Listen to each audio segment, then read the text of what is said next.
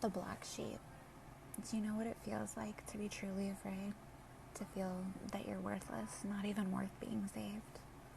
Puppy's always abusing, and yet mother chooses to protect him. Older brother molests you, and they decide that it's he that's the real victim. Just 3 years old when my puppy started saying I was why he was leaving my mom. But he never left us. He would hate to the point all I could do was cry and throb. Daily, I hid my body pressed against the wall under my bed, creating a whole different life for myself where it was safe in my head. Maybe this wasn't really my life, but just a cruel nightmare, praying when I awoke into my true family that would be there. But the days turned to years, and that family never came, stuck in the chaos and turmoil, staying ever the same. I was only 5 years old when I first was molested. They concealed to protect him, saying he was just a kid. I didn't know what made it wrong until it was taught in class. Learned parents were there for protection. Well, wouldn't that be badass? My mother already knew and made me feel that it was me who was wrong. That's when I discovered I was the real victim all along.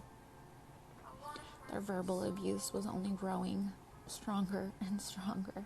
Physical abuse, not my poppy's main focus any longer. I was a junior in high school when I was almost raped at school. My puppy called me a whore, said I deserved to be used like a tool. Later that same year, I was first thrown out on the streets. It was only when the police found me at the park that they were forced to retreat. The following summer, they threw me out again after I had been drugged. Even stole my car. Showed me no sympathy. I wasn't even hugged. Always asking for me to move back, promising things would be different, but I would give anything to know what it feels like to actually have parents.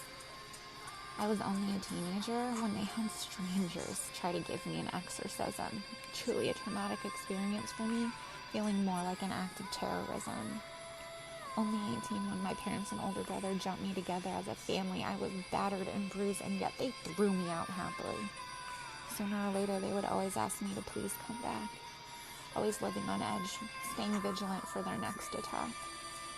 You see, to my family, I've always been viewed as worthless. A punching bag has always been my only purpose. I could tell you much more, but why should I bother? It's simply as useful as trying to breathe underwater. So please understand why I would so often choose to give up. There could never be a half full when they've already taken my cup.